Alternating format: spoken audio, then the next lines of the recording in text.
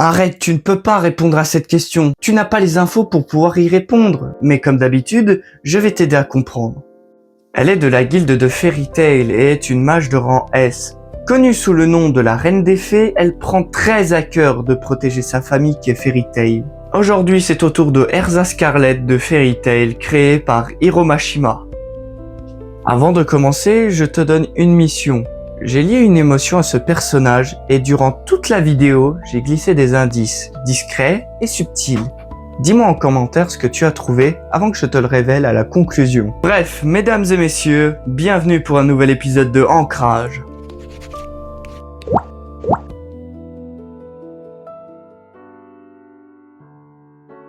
Erza ne sait pas qui est sa mère. Elle grandit à Rosemary sans origine, sans histoire, avec juste un prénom et un village pour toute identité. Pendant que d'autres enfants ont une mère qui les regarde dormir, elle apprend à exister seule sans même savoir que quelque chose lui manque.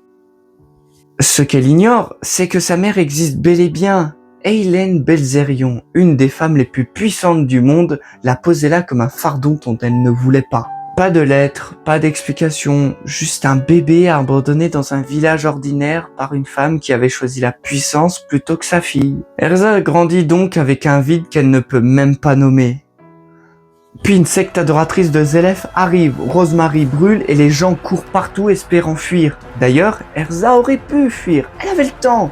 Mais elle voit Kagura, une petite fille du village, paralysée par la peur.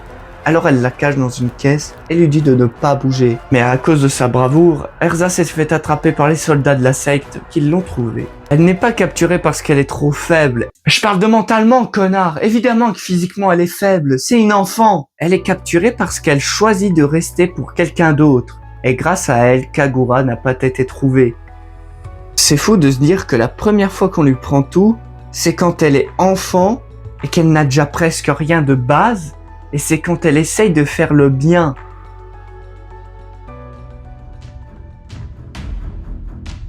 C'est quoi la tour du paradis? Eh bien, c'est des fanatiques qui croient que Zélef est un dieu et qu'ils ont besoin de manœuvres pour construire le temple qui le ramènera à la vie. J'ai peu d'espoir. Hein. Dans sa cellule, Erza rencontre Rob, un vieil homme avec une marque dans le dos qu'elle ne connaît pas encore. Une elfe rose, la marque de la guilde de Fairy Tail. Rob lui parle d'un monde au-delà de cette tour où des mages vivent libres et se battent pour ce qu'ils aiment. Erza l'écoute et décide d'y croire, ayant espoir de pouvoir un jour entrer dans ce monde. Avec eux deux, il y a aussi Jelal, vif et brillant, le garçon qui a toujours 3 coups d'avance. Avec eux, il y a également Cho, le plus jeune qui rêve à voix haute, Simon, le silencieux qui regarde tout, Miliana qui aime les chats, et Wally, qui fait semblant d'aller bien. Arrête de rire, c'est un gamin! Même si c'est marrant, un gamin qui pleure. Ah, non, allez, on continue, allez. Quand tout le groupe d'enfants échange leur nom, ils remarquent que Erza n'a pas de nom de famille. Et c'est Jelal qui, en regardant ses cheveux, qui donne son nom et une identité complète. Elle s'appelait juste Erza, et grâce à lui, elle s'appelle désormais Erza Scarlet. Ensemble dans l'obscurité, ils trouvent une façon de rester humains. Ils complotent et ils espèrent, et c'est étonnamment Cho qui finit par concevoir un plan d'évasion. Mais ils se font attraper par les gardes. Ils veulent savoir qui l'a organisé, et Jelal se lève disant que c'est lui qui a tout préparé. Sauf qu'ils voient que Jelal veut juste les protéger, et ils accusent Erza d'être celle qui a tout préparé, et ils l'emmènent. Ce qui se passe ensuite dans le cachot, le manga ne le montre pas. Jelal force le passage jusqu'à la salle de torture et trouve Erza ligotée à un poteau. Il la détache et remarque qu'elle est complètement faible et qu'il lui manque un œil à cause de la torture qu'elle a subie. En essayant de fuir, Jelal se fait stopper par des mages mercenaires. Je veux pas dire, mais 4 mages mercenaires c'est peut-être beaucoup pour un enfant, non? 2, voire même 1 c'est suffisant, non? Et à cause de ça, Jelal est emmené au cachot à la place d'Erza. Tu as vu Jelal? Qu'est-ce qui lui est arrivé? Laissez-la se remettre de ses émotions. C'est déjà un miracle qu'elle soit revenue parmi nous. Et lui? Ils ont sûrement décidé d'enfermer Jelal au cachot à sa place. J'en ai assez de cet endroit. Je veux partir. Je n'en peux plus. Tu vas la fermer, mauvais? Calme-toi, Cho! Doucement, mon petit, doucement. Papy Rob est là, tout va bien. Allez, au boulot! On va devoir se battre. Quand les gardes donnent l'ordre de partir au travail, Erza saisit sa pioche et repousse les deux gardes. La révolte a commencé. Les esclaves prennent la tour niveau par niveau et Erza n'a qu'une seule idée en tête, libérer le secteur 8, là où Djellal est au cachot. Mais les mages mercenaires font une contre-attaque et Simon est touché au visage et s'effondre évanoui. En voyant ça, les autres esclaves reculent. Erza se retrouve seule face à l'ennemi, un enfant sans armure, sans magie, sans rien. Et tous les mages mercenaires lancent une attaque combinée sur elle. Mais Papyrob se met devant elle comme bouclier. Vieux, épuisé et presque à bout de magie depuis des années, il utilise la magie des flammes avec ses dernières forces et les renvoie vers les créatures. Il tient bon et avant de partir, il encourage Erza. Puis Papyrob reprend une salve de coups qui transforme son corps en cendres.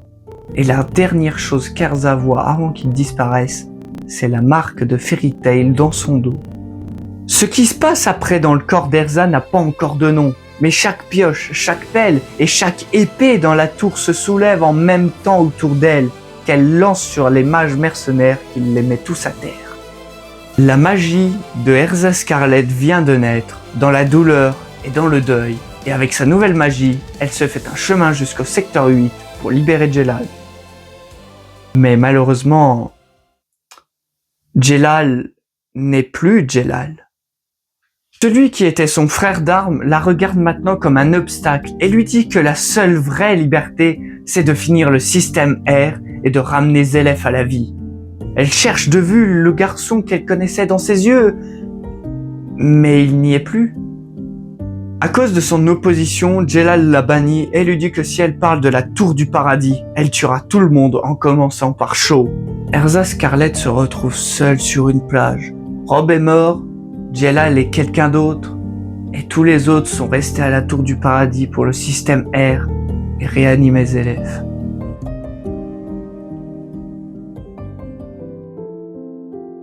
Erza arrive à Fairy Tail et demande à rejoindre la guilde. Son œil droit a été remplacé plus tard par un œil bionique fabriqué par Porliusica. Hein? C'est quoi ce nom de gueulement? À cette époque, Erza est beaucoup plus agressif et solitaire qu'à l'âge adulte, à cause de l'esclavage qu'elle a subi. Elle se dispute régulièrement avec Mira Jane Strauss. Les deux jeunes filles veulent constamment prouver qu'elles sont meilleures que l'autre dans la guilde, et leurs bagarres deviennent célèbres parmi les membres de Fairy Tail. C'était un peu Grey versus Natsu avant l'heure. Malgré son caractère sévère, Erza commence peu à peu à s'attacher aux autres enfants de la guilde, notamment Natsu Dragnir et Grey Fullbuster. Elle agit souvent comme la personne responsable du groupe, surtout lorsque Natsu et Grey se battent agissant comme leur daronne. Durant son enfance à Fairy Tail, Erza apprend également à maîtriser sa nouvelle magie. Tiens, tant qu'on y est, parlons de sa magie, vu qu'elle vient de s'éveiller. Erza Scarlet maîtrise principalement la magie de rééquipement du chevalier, qui lui permet de changer instantanément d'armure, d'armes et de tenue, que ce soit dans ou en dehors d'un combat. Grâce à sa vitesse et à sa maîtrise exceptionnelle, elle est connue comme l'une des plus puissantes mages épéistes de Fairy Tail et du royaume de Fioré. En plus de cette magie, Erza utilise les épées magiques, un style de combat qui lui permet de lancer différentes attaques magiques avec ses lames qui sont en combinaison avec des armures spécifiques adaptées au combat rapproché ou à distance. Elle possède aussi des capacités de télékinésie. Cette magie lui permet de contrôler ses épées à distance, de les faire léviter et d'attaquer plusieurs ennemis simultanément, même hors de sa portée physique. On l'a notamment vu plus tôt durant la vidéo. Sa force et sa discipline impressionnent rapidement les autres membres de la guilde, et ce à un point où à 15 ans elle devient un mage de rang S. Avec le temps, la rivalité entre Erza et Mira Jane finit par s'apaiser. Après la disparition de Lysana, Mira Jane change complètement de personnalité et devient beaucoup plus calme. Erza cesse alors progressivement de voir Mira Jane comme une rivale puisque celle-ci arrête de faire des missions depuis cet incident. En grandissant au sein de Fairy Tail, Erza découvre peu à peu ce qu'est qu'une véritable famille, quelque chose qu'elle n'avait jamais connu durant son enfance à la Tour du Paradis.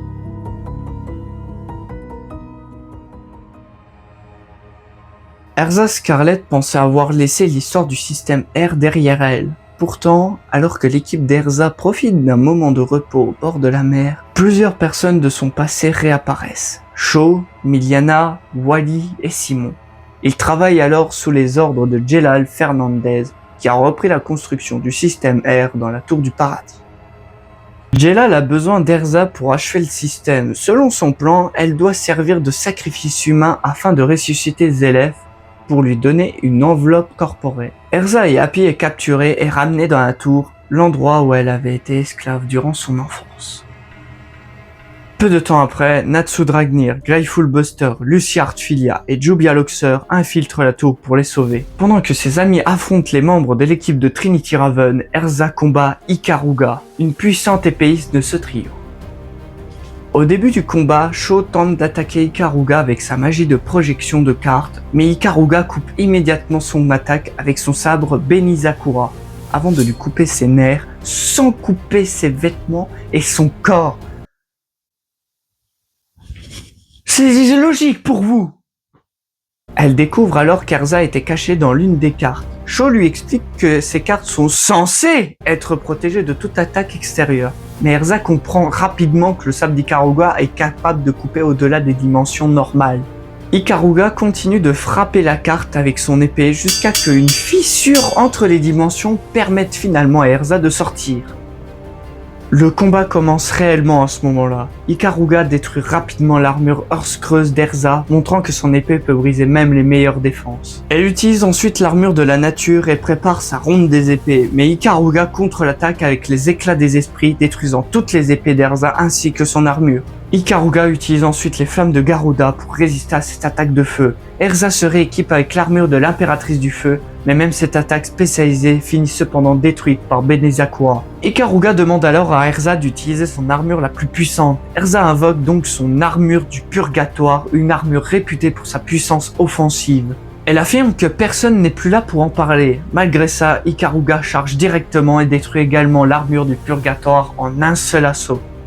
Après avoir perdu ses armures les plus puissantes, Erza abandonne finalement l'idée de compter uniquement sur elle. Elle se relève vêtue simplement d'un hakama et reconnaît qu'aucune armure ne l'a réellement rendue forte. Non, tu te trompes. Je ne suis pas aussi forte que j'en ai l'air. Crois-moi.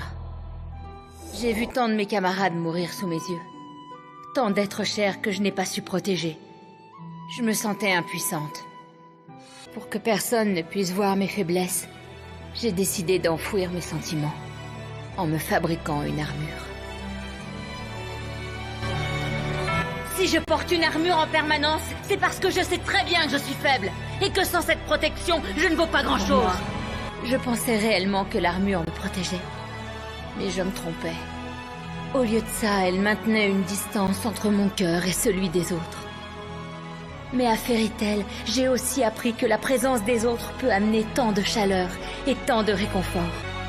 Au diable mes hésitations! J'ai décidé de mettre tout mon cœur dans ce combat! À nous deux! Les deux combattantes échangent alors une dernière attaque. L'un des sabres d'Erza se brise et le sabre Benizakura se brise également. Et Ikagura s'effondre finalement, vaincu par Erza. Plus tard, Simon tente d'aider Erza et comprend que Jellal les a manipulés pendant des années. Lors de l'affrontement final, Simon se jette devant une attaque destinée à Erza et meurt gravement blessé. Après la défaite de Jellal face à Natsu, la tour devient instable à cause de l'éthérion lancé par le Conseil magique.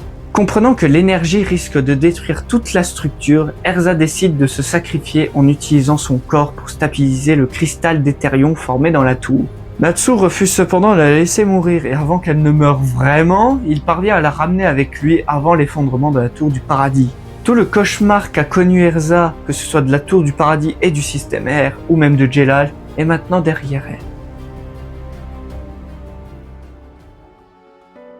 Sur l'île de Tenro, Fairy Tail organise l'examen permettant aux mages qui sont autorisés à passer l'examen de passer au rang S.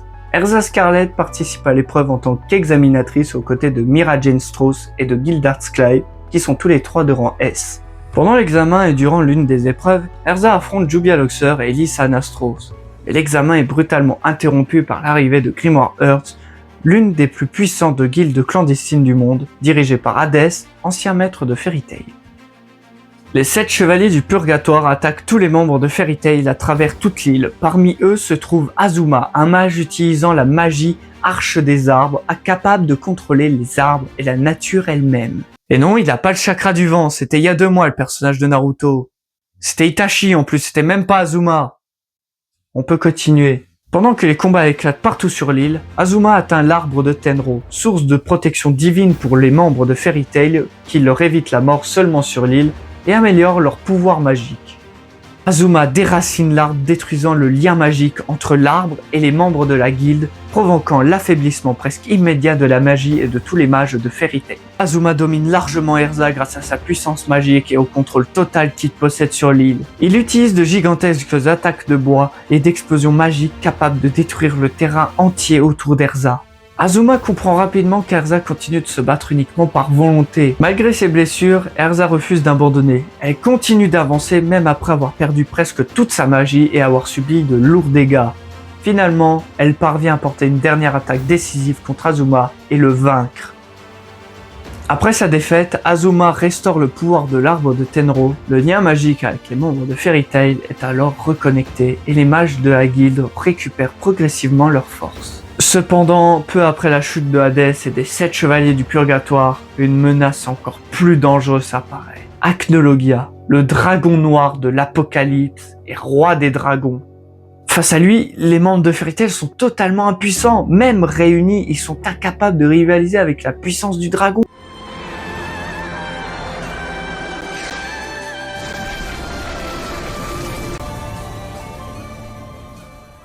L'attaque d'Acnologia frappe finalement l'île entière, à travers le royaume de Fioré. Tout le monde croit que les membres de Fairy Tail présents sur l'île de Tenro ont disparu.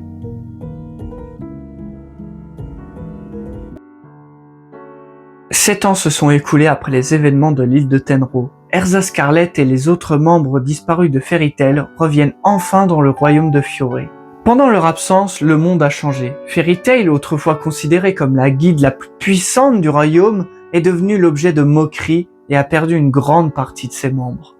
Malgré cela, Erza refuse d'abandonner la guilde et avec les autres membres revenus de l'île de Tenro, elle aide Fairy Tail à se relever et à participer au grand tournoi de la magie, un tournoi réunissant les guildes les plus puissantes de Fioré. Mais durant les premiers jours des jeux, les 2 équipes de Fairy Tail est humiliées à plusieurs reprises et restent bloquées en bas du classement. 2 équipes, 2, et même pas capable de dépasser une seule équipe, même pas son équipe B. Comment tu veux y arriver avec des connards comme Raventail? Regarde ces enculés là, fils de... Erza retrouve aussi Miliana, son ancienne amie de la Tour du Paradis, qui est désormais également membre de Mermaid Guild. Contrairement à Erza, Miliana refuse toujours de pardonner Jelal à cause des événements du système R et de la manipulation qu'il leur a fait. Erza continue de soutenir son équipe et refuse de laisser la réputation de la guilde disparaître. Le véritable tournant arrive pendant l'épreuve Pandemonium. Les participants doivent normalement choisir combien de monstres ils souhaitent affronter parmi les 100 créatures enfermées dans un château. Alors que les autres concurrents réfléchissent à combien ils vont choisir, Erza, qui est la première à passer, décide d'affronter les 100 monstres. À l'intérieur du château, il y a un monstre de rang C, 4 de rang A, 15 de rang B, 30 de rang C et 50 de rang D, ce qui fait un total de 100. Malgré les blessures accumulées et l'épuisement, Erza parvient à vaincre les 100 monstres seuls sous les yeux du public, choqué. Cette victoire spectaculaire permet à Fairy Tail de remonter dans le classement et rappelle à tout Fioré la puissance de la guilde.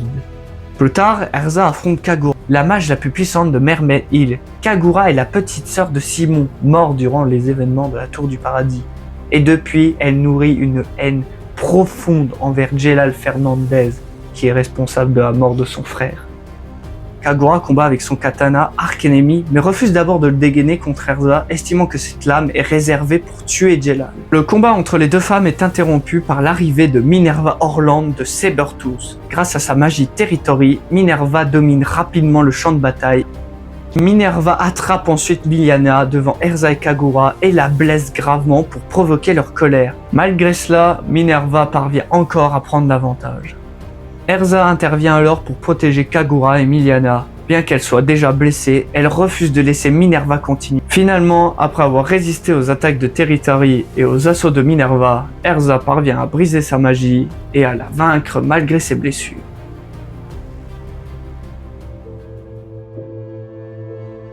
Après la victoire de Fairy Tail au grand tournoi de la magie, une nouvelle menace apparaît. Tartaros, la troisième guilde clandestine de l'Alliance Abraham, composée de démons créés par Zélef. Contrairement aux mages ordinaires, les membres de Tartaro utilisent principalement des malédictions au lieu de la magie.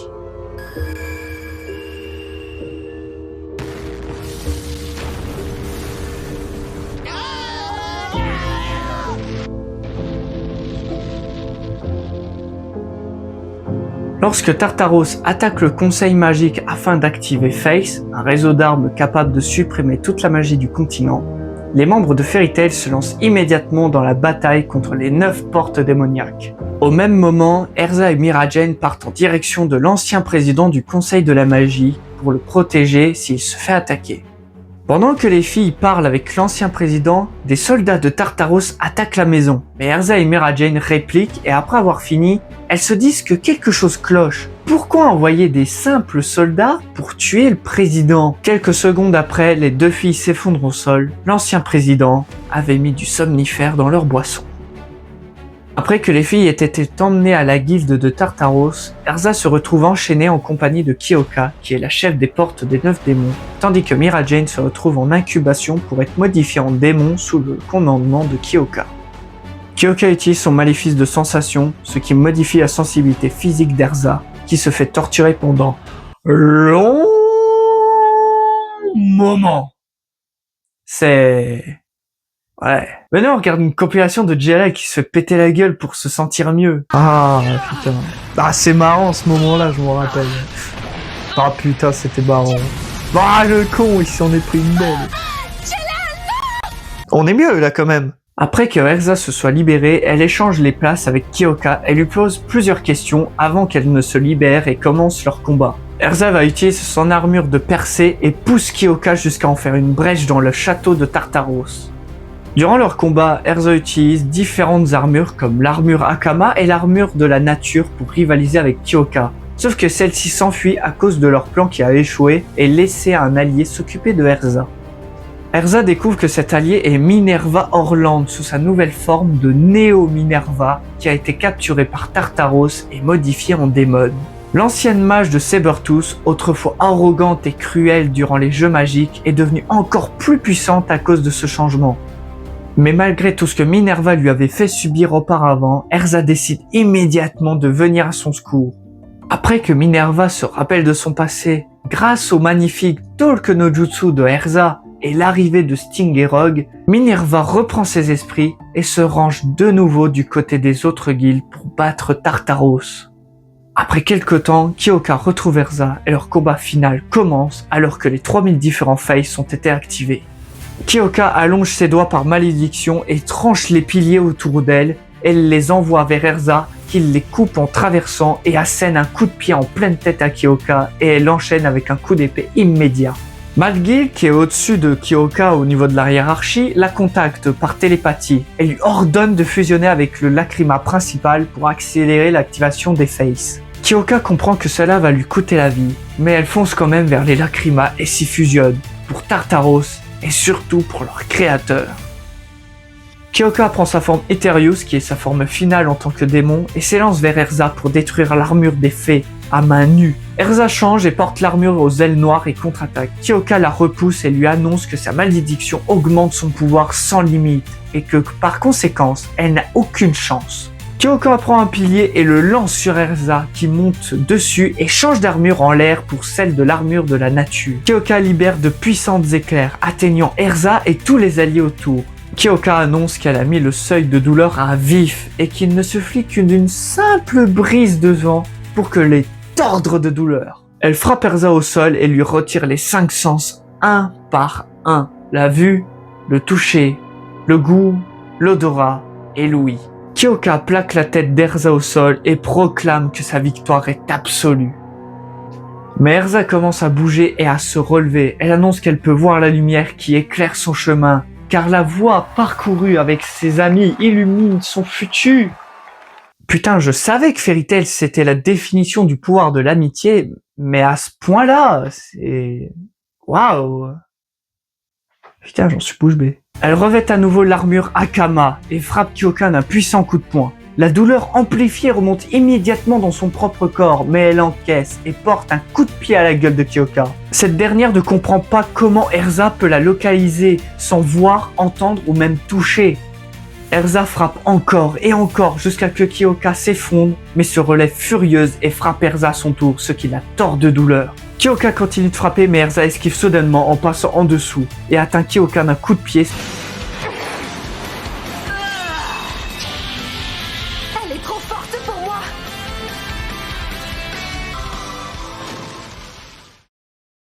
Après la destruction de Tartaros et la bataille contre Agnologia terminée, Makarov Dreyer annonce soudainement la dissolution de Fairy Tail afin de protéger les membres de la guilde des menaces futures. Après avoir enfin trouvé une véritable famille au sein de Fairy Tail, elle voit une nouvelle fois les personnes auxquelles elle tient être séparées d'elle.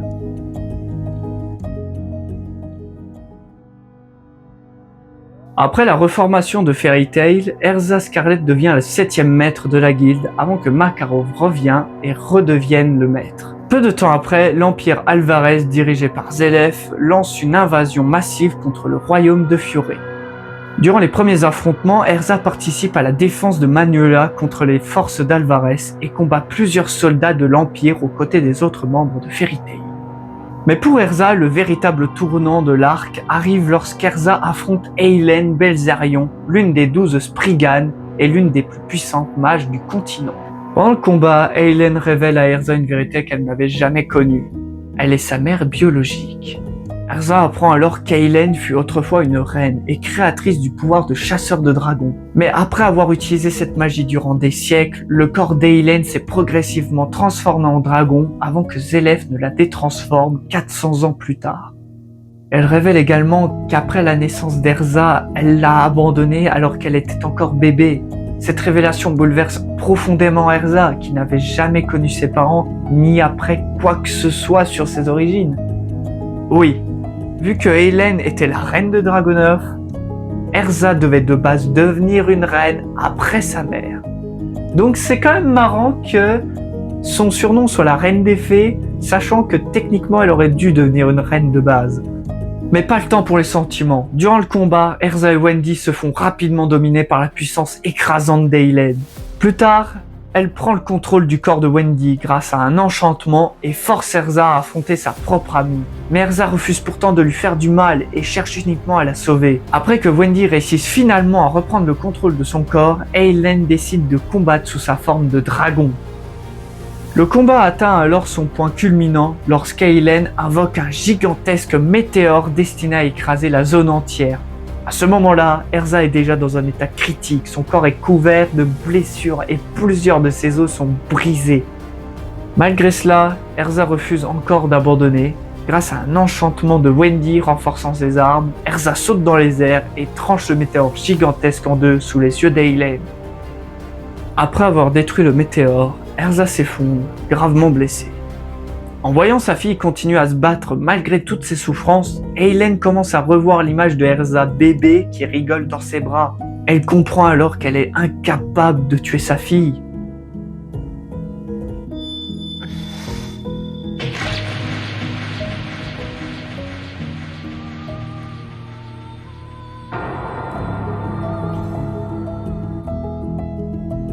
Pour la première fois depuis des siècles, Eileen agit réellement comme une mère refusant de devenir un monstre jusqu'au bout. Elle met finalement fin à ses propres jours elle-même.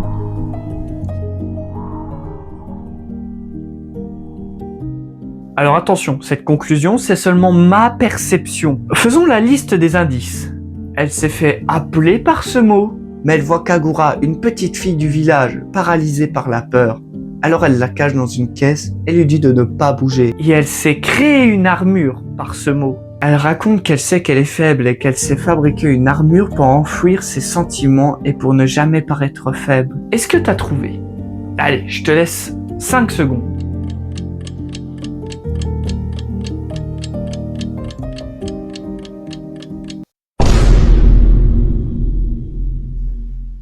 Selon Wikipédia, la protection se rapporte à l'action de protéger, de défendre un objet ou un être vivant, c'est-à-dire de veiller à ce qu'il ne lui arrive aucun mal.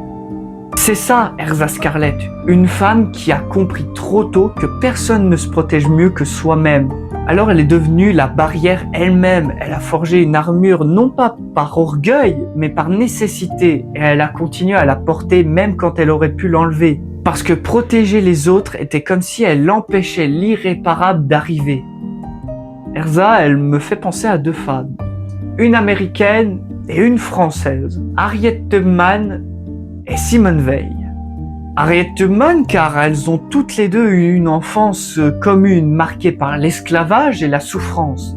Elle est née esclave aux États-Unis et a grandi dans un système où les êtres humains sont traités comme des objets. Pour Erza, elle a été réduite en esclavage dans le système R, forcée de travailler et de survivre dans un environnement violent où les gens ont été des outils et que les enfants perdent leur liberté et leur innocence. Mais ce qui rapproche surtout les deux femmes, c'est ce qu'elles deviennent. D'un côté, Harriet Tubman ne pense pas seulement à elle-même, elle retourne plusieurs fois sauver d'autres esclaves en risquant sa vie. D'un autre côté, Erza suit une logique similaire dans Fairy Tail. Durant la révolte qu'elle a menée, elle a libéré plusieurs esclaves du culte. Simone Veil aussi, car les deux femmes ont vécu une grande souffrance étant très jeunes. Mais Simone Veil devient une femme importante qui se bat pour les droits humains et pour protéger les autres. Les deux femmes ont vécu une grande souffrance étant très jeunes, mais Erza, elle aussi, devient une figure protectrice au sein de Fairy Tail. Elle aide les autres, soutient ses amis et refuse de laisser quelqu'un souffrir seul à nouveau. Ces trois femmes nous donnent l'ultime leçon, survivre à l'horreur sans laisser l'horreur définir ce qu'elles deviennent. En gros, ce n'est pas parce que tu as souffert que tu es obligé de faire souffrir à ton tour, mais que tu peux aider à protéger pour ce qui t'est arrivé ne se reproduise plus jamais. Protéger les autres, c'est à la portée de tout le monde. Sauf que certaines personnes sont juste trop brisées pour pouvoir le faire. Erza a protégé ce qu'elle pouvait, Harriet a sauvé ce qu'elle pouvait, Simone a fait en sorte que ça se reproduise plus. Dis-moi ce que t'en penses. Le sujet est ouvert, les commentaires sont en bas, tu fais ce que tu veux. C'était Jaka qui vous parlait. À la prochaine pour un prochain personnage.